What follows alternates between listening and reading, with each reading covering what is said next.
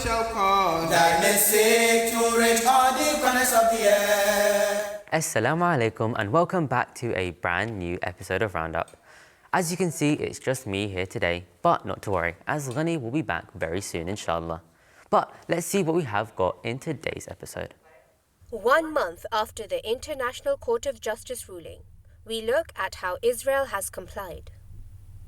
Then we head to Australia to see how money is made. And finally, to the other side of the globe for an insight into the world of American football. Wow, that is a full trip around the whole world. But let's start with the look at what's making the news today. Assalamu alaikum, Rashman. What do you have for us today? Wa alaikum assalam. We start in Gaza, where the World Health Organization says Palestinians are risking their lives to find food, water and supplies as the death toll soars to over 30,000. At least 112 people were shot by Israeli forces whilst waiting for aid delivery on Thursday. Elsewhere, the Jordanian army has been airdropping such needed food aid and medical supplies to the starving Gazans living in camps. The Palestinian Health Ministry said that Gamal Adwan Hospital, the only functioning medical institution in northern Gaza Strip, has stopped operating. Several children have died due to the serious dehydration and malnutrition at the hospital. Ultra-processed food, or UPF, is linked to higher risk of heart disease, cancer, type 2 diabetes and death. The findings of a study of over 10 million people were published in the British Medical Journal this week. Over half of diets in the UK and US consist of UPFs which lack nutrients and increase health problems. These include cereal, protein bars, fizzy drinks, ready meals and fast food. The review found UPFs lead to a 50% higher risk of mental health issue and heart disease and death. Apple has cancelled plans to build electric vehicles. Bloomberg News reported that around 2,000 people were working on the top-secret Apple car.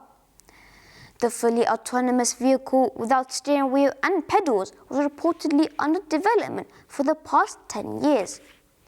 But it has now been cancelled and employees diverted to the company's artificial intelligence division.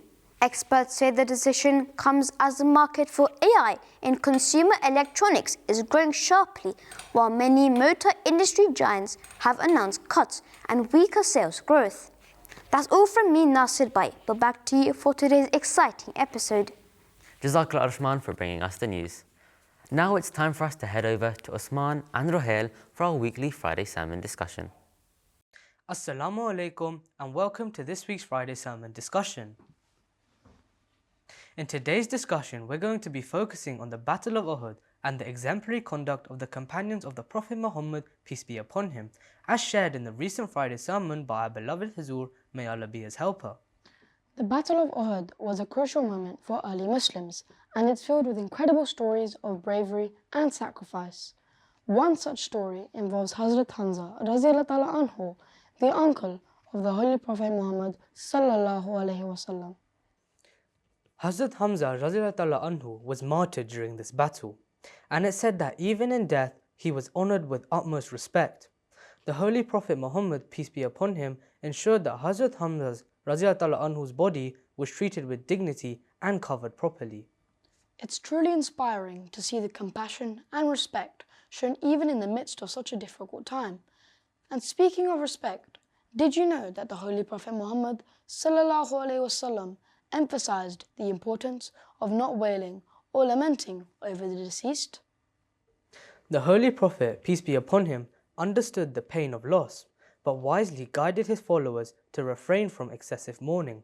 Instead, he encouraged them to remember the deceased with prayers and honour their memory in a dignified manner.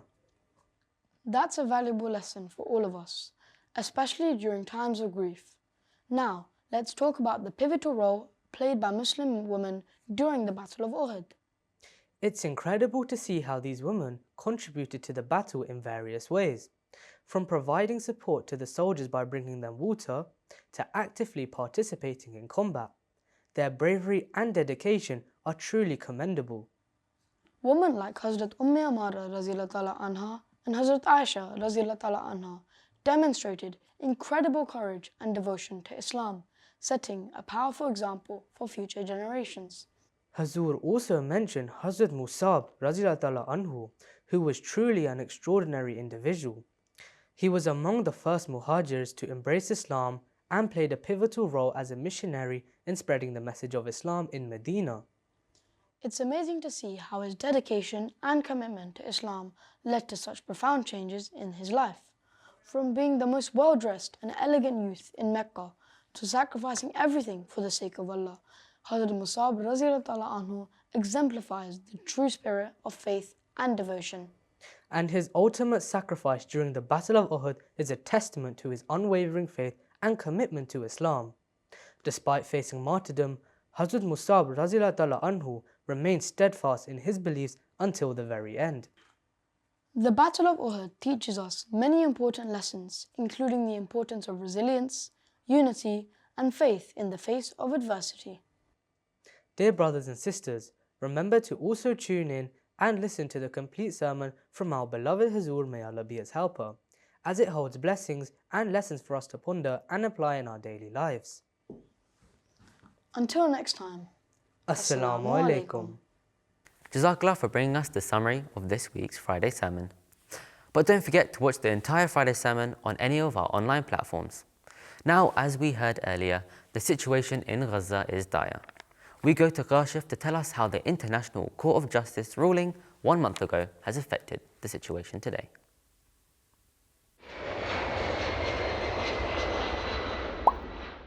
We delve into some significant updates from the Middle East involving the International Court of Justice, or ICJ. So let's talk about Israel. They've been making headlines because the ICJ told Israel to stop some pretty horrendous stuff, but it seems like they are ignoring those orders. The ICJ wanted Israel to put an end to some really terrible things happening in Palestine. But unfortunately, in just 4 weeks, there's been a significant number of casualties, including far too many innocent children. It's a dire situation with nearly 3,000 Palestinians killed. The ICJ also urged Israel to allow essential supplies like food, water, and medicine to reach the people in Palestine, but instead, they've been blocking trucks carrying these vital resources. Hospitals, ambulances, and even places meant to be safe for infants have become targets in the conflict. The pure brutality of it all is difficult to comprehend. And this isn't the first time Israel has faced criticism. Back in 1967, there was a significant call for Israel to hand over control of certain territories. But to this day, they still hold on to them. And even more recently, when pleas for a ceasefire were made, the situation only escalated. Now, there's speculation that the Israeli military might launch a full-scale invasion of a place called Rafah, where a large civilian population resides.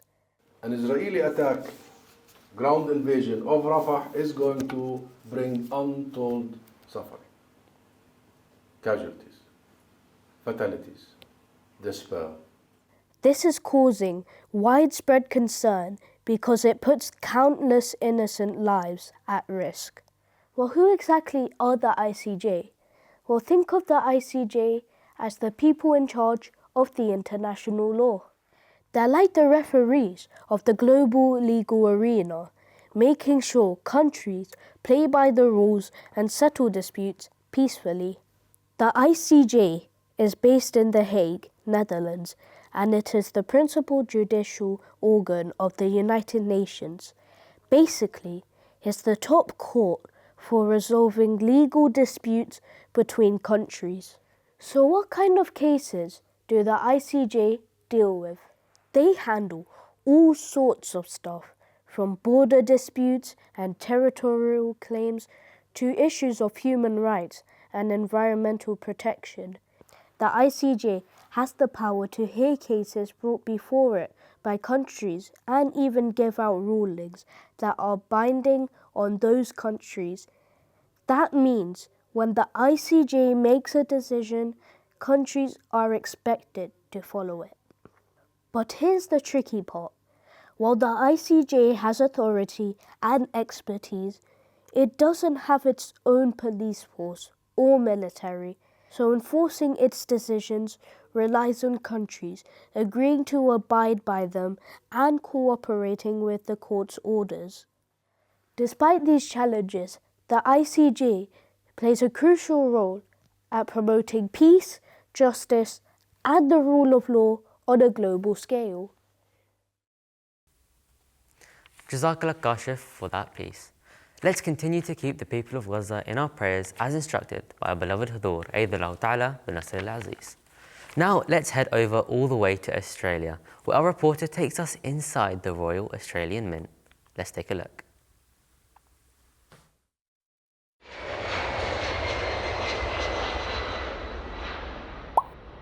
Today we have a fascinating journey ahead of us, where we take you behind the scenes at the Royal Australian Mint, a place where Australian coins are brought to life.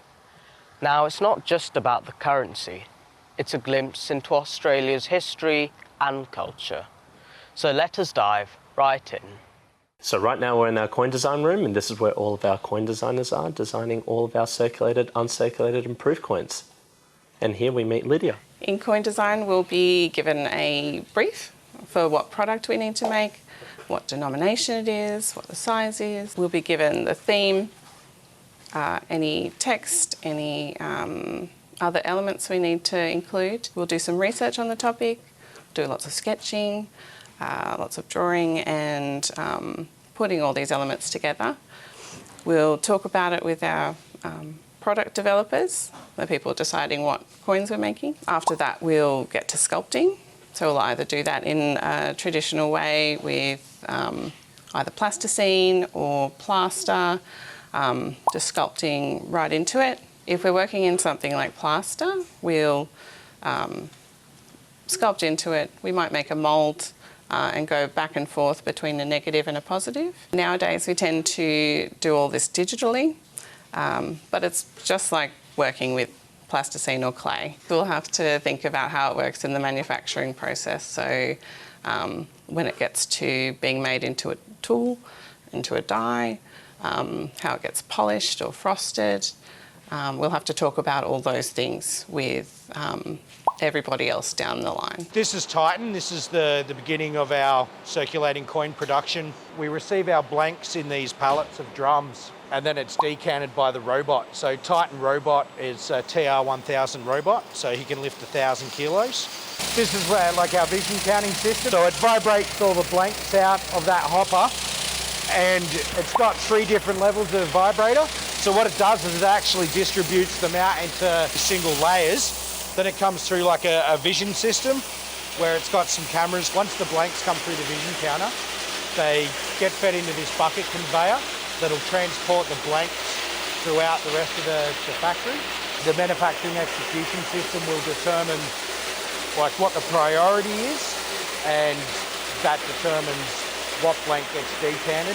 Coin presses, so we have 13 in total, and we can do up to 2.2 million pieces per shift. Each press can do about, at a minimum, can do 600 pieces a minute. It's about 75 tonne is the tonnage that we use to coin a $1. Then the coin comes out the side there. From there, then it can get packaged into drums and sent to the cash and transit companies, or it can be packaged into a sachet or a coin roll. That concludes our first behind-the-scenes look at the Royal Australian Mint. I hope you enjoyed this fascinating journey into the heart of coin production. Join us next time as we delve even deeper into the world of Australian currency. Signing off from the Royal Australian Mint. Stay curious. Wow, that was really fascinating. I really enjoyed looking into the fascinating world of the Australian Mint. We're going now all the way to the other side of the Western Hemisphere to learn about a sport that is very uniquely American. Daniyal has more for us.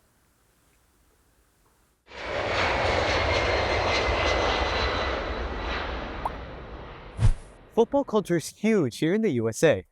No, not this football. We call that soccer here. This football. American football evolved in the United States, originating from the sports of soccer and rugby. American football is the most popular sport in the United States in terms of broadcast viewership audience. The most popular forms of the game are professional and college football, with the other major levels being high school and youth football. As of 2022, nearly 1.04 million high school athletes play the sport in the US, with another 81,000 college athletes in the NCAA and the NAIA. The National Football League, NFL, has the highest average attendance of any professional sports league in the world. Its championship game, the Super Bowl, ranks among the most watched club sporting events globally. The Super Bowl has a massive viewership in the USA. It is played between the winners of the two conferences, the AFC and the NFC, in the National Football League. In 2022, the league had an annual revenue of around $18.6 billion, making it the most valuable sports league in the world. A football field is 100 yards. At the end of each side of the football field is the end zone. When a team makes it to the end zone, they score a touchdown, which is worth 6 points, and they get the opportunity to kick the ball for 1 extra point. Each team has 11 players on the field, but the full roster, including the offense and the defense, can have up to 50-plus players. American football has become deeply integrated into the American culture, and many people have favorite teams and love to watch the Super Bowl every single year. It has a lot of good benefits for it, like it can give you a lot of good health benefits, and it's also a really fun sport in my opinion. Football can give you health benefits like it can make you faster, it can make you stronger, and it's good for hand-to-eye coordination. And do you plan to play when you grow up? I do indeed. I do want to play, but safely, because as you know, players can get hurt while playing football, so I do indeed plan to play when I get older though. And did you watch the Super Bowl? I did indeed. It was really heated at the start, with the Chiefs being down. And it was really sad because the Chiefs beat my favorite team, the Ravens. So I wanted them to win because, to carry on our legacy. In the end they did. So I was a really happy ending. So football is very competitive, even at a high school level. You would personally think that D1 is really hard, but even at a high school level, it's pretty hard. Football is very good for your physical health because it requires a lot of strength, speed, and agility. It's good for your cardio health because it keeps your heart rate high. I hope you learned more about American football today. See you next time, inshallah. Allah Hafiz. Jazakallah Daniyal for that interesting report about American football. That is all from us here at RoundUp for this week. But as always, we'll be back next week with a whole new episode and lots of exciting topics. So don't forget to follow us on our social media channels, both Instagram and Twitter, as we've got loads of great behind the scenes content for you, as well as all the information that you need to know about the upcoming episodes. But until next time, Assalamu alaikum. I shall call, I shall call, I shall call, I shall call, I shall call. Thy message to reach all the corners of the earth. Oh, I shall call, I shall call, I shall call, I shall call, I shall call. Thy message to reach all the corners of the earth. Oh, I shall call, I shall call, I shall call, I shall call, I shall call. Thy message to reach all the corners of the earth.